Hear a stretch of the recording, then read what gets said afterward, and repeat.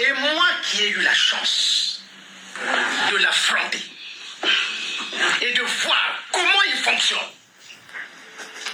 je vous assure que je peux vous dire très franchement, nos aînés, nos parents ont commis des fautes mais très graves. La différence entre les humains et les animaux, c'est que les animaux ne laissent jamais un idiot diriger la meute. Et c'est peut-être la plus grande honte de notre espèce. Nous sommes la seule forme de vie capable de remettre le commandement au pire d'entre nous. Le plus bruyant, le plus arrogant, le plus vide. Aucun loup ne suivrait un chef faible. Aucun lion ne suivrait un lâche. Mais les humains, eux, applaudissent, déifient et défendent ce qui devrait être ignoré. Le problème, c'est que lorsque l'intelligence se tait, la stupidité prend le trône. Et elle règne avec conviction. Les animaux suivent l'instinct, nous suivons les apparences. Ils suivent la force, nous suivons le discours. Ils reconnaissent le leadership et nous confondons le cri avec l'autorité. Les résultats sont prévisibles, un troupeau sage et une société perdue. Si tu vends ton frère devant un ennemi, on va te donner l'argent. Mais les ennemis là, ils ne peuvent pas te donner de confiance puisque tu as vendu ton frère. Et moi qui ai eu la chance de l'affronter et de voir comment il fonctionne, je vous assure que je peux vous dire très franchement, nos aînés, nos parents ont commis des fautes mais très graves. Parce que ce monsieur était danger. Vous savez, je venais de dire il n'y a pas très longtemps, je crois que vous m'avez suivi, lorsque j'ai dit que c'est un fou. Mais ce n'est pas un fou dans le sens de l'irresponsabilité. C'est véritablement un fou. Mais un fou qui a réussi à se cacher derrière le pouvoir. D'où la question de Mariam Gwabi. Parce qu'en se cachant derrière le pouvoir, il masque ses crimes. Il masque ses crimes. Et bon, donc, il se protège. Toute la problématique de Sassou aujourd'hui, dans tout ce qu'il fait, dans tout ce que vous avez vu, c'est simplement, il doit se protéger des crimes qu'il commet. Évidemment, il n'y a pas un meilleur refuge que le pouvoir.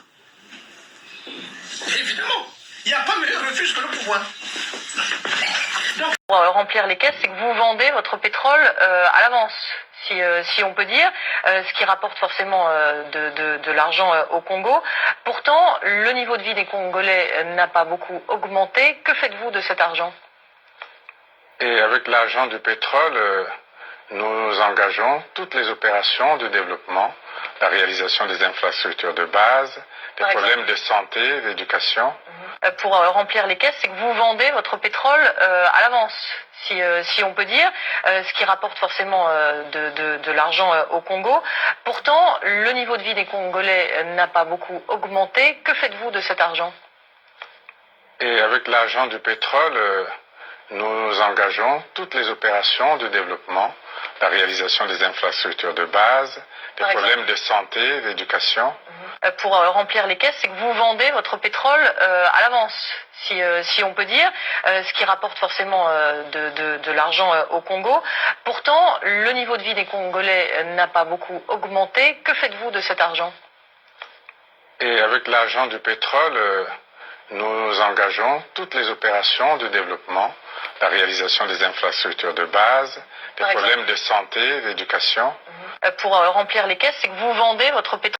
La différence entre les humains et les animaux, c'est que les animaux ne laissent jamais un idiot diriger la meute. Et c'est peut-être la plus grande honte de notre espèce. Nous sommes la seule forme de vie capable de remettre le commandement au pire d'entre nous. Le plus bruyant, le plus arrogant, le plus vide. Aucun loup ne suivrait un chef faible.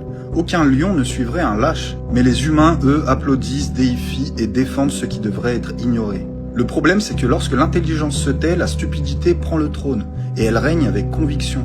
Les animaux suivent l'instinct, nous suivons les apparences. Ils suivent la force, nous suivons le discours. Ils reconnaissent le leadership et nous confondons le cri avec l'autorité. Les résultats sont prévisibles, un troupeau sage et une société perdue. Le président chinois Xi Jinping vient d'exécuter un haut ancien banquier, Bai Tianhui, après un scandale de 156 millions de dollars. Ce n'est pas une simple nouvelle, c'est un message mondial. Qu'est-ce que cela signifie? Une seule chose. La loi, c'est la loi. En Chine, tu peux être puissant, riche, influent. Si tu voles, si tu détruis l'économie du peuple, ils t'écrasent sans hésiter. C'est cette rigueur, cette discipline et cette absence totale de passe-droit qui ont fait de la Chine une puissance économique mondiale. Un pays qui ne tolère pas la corruption. Un État qui n'a pas peur de frapper au sommet du système quand il faut remettre de l'ordre. Les nations qui veulent se développer doivent te comprendre une vérité simple. Le progrès ne naît pas des discours, des conférences ou des comités. Le progrès commence quand même les riches, les politiciens et les dirigeants craignent réellement la loi. Voilà pourquoi la Chine devient une force redoutée par le reste du monde. Ce n'est ni de la magie, ni de la chance. C'est parce qu'ils détruisent la corruption sans pitié. Pendant que beaucoup de pays protègent leurs voleurs, leurs trafiquants d'influence et leurs dirigeants corrompus. La Chine montre comment une nation grandit quand la discipline passe en premier. Aujourd'hui, l'exécution de Bai Tianhui est un rappel brutal. Si tu touches à l'argent du peuple, ta vie peut s'arrêter là. Et c'est ainsi que la Chine continue de monter, pendant que d'autres pays s'enfoncent dans leur propre désordre. Quand la loi n'a pas de dents, un pays n'aura jamais de force.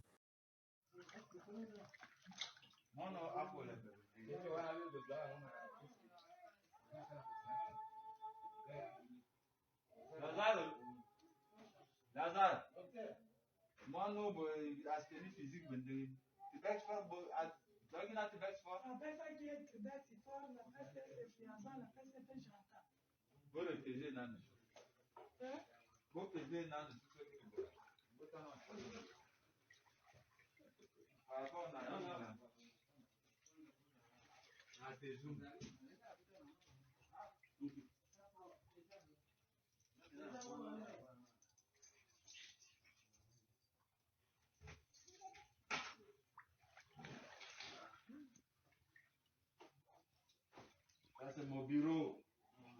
Dans l'eau. Dans l'eau.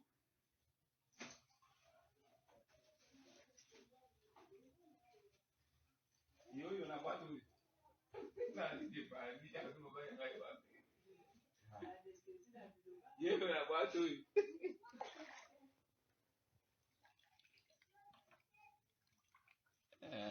Porque no está ni con.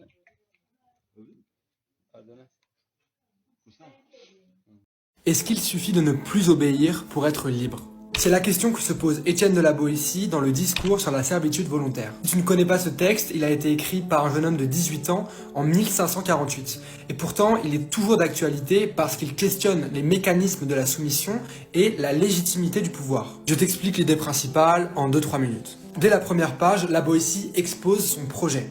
Je voudrais seulement comprendre comment il se peut que tant d'hommes, tant de nations, supportent quelquefois un tyran seul qui n'a de puissance que celle qu'il lui donne. Là déjà, il y a deux choses. Les hommes se disent contraints d'obéir à l'autorité, mais ils pourraient numériquement la renverser. Donc ce n'est pas comme ça que fonctionne le pouvoir. Un tyran n'a de puissance que celle qu'on lui donne. Donc dès le départ, c'est une clarification importante. La domination n'est pas quelque chose que l'on subit passivement, sinon il suffirait de la contester. La domination, c'est quelque chose qu'on participe activement à produire. C'est la servitude volontaire. Le sujet participe à la domination qu'il subit. Reste à savoir pourquoi. Pourquoi est-ce que l'on préfère se soumettre plutôt que d'assumer notre liberté ? Étienne de la Boétie donne 3 explications. La première raison de la servitude volontaire, c'est l'habitude. Par la tromperie ou la violence d'un tyran, mais aussi la lâcheté et la médiocrité de certaines personnes, la tyrannie s'installe. Mais ensuite, c'est l'habitude d'obéir qui fait que la tyrannie reste. Ceux qui vivent depuis longtemps ou naissent dans une tyrannie ne savent plus ce qu'est la liberté, donc ils ne peuvent plus la désirer. N'ayant pas même vu l'ombre de la liberté et n'en ayant pas entendu parler, ils ne ressentent pas le malheur d'être esclaves. La deuxième raison qui fait que l'on accepte la tyrannie, c'est que le tyran distrait le peuple et le rend bête. La Boétie écrit « Tous ces peuples se laissent promptement allécher à la servitude pour la moindre douceur qu'on leur fait goûter. Les jeux, les farces, les spectacles et autres drogues de cette espèce étaient pour les peuples anciens les appâts de la servitude, le prix de leur liberté ravie, les outils de la tyrannie. » Ça me semble terriblement d'actualité. Et la troisième raison pour laquelle on se laisse soumettre, c'est que les tyrans usent d'artifices pour paraître plus intelligents, plus importants et donc plus légitimes à avoir le pouvoir. Et ça aussi, c'est très d'actualité. Donc Étienne de la Boétie ne nous accuse pas de nous laisser tyranniser et de ne pas vouloir être libre, non. Il nous invite plutôt à prendre conscience de la vraie nature du pouvoir pour s'en débarrasser. Parce qu'aucune tyrannie ne peut durer sans qu'à un moment ou un autre, on y participe. Non seulement en obéissant, mais aussi en faisant obéir les autres, en participant alors soi-même à la tyrannie. Et la fin du texte insiste beaucoup là-dessus. Pour Étienne de la Boétie, il existe des relais, des serviteurs du pouvoir qui l'aident parce que le pouvoir leur profite. Parce qu'ils préfèrent leurs petits intérêts personnels que l'émancipation collective.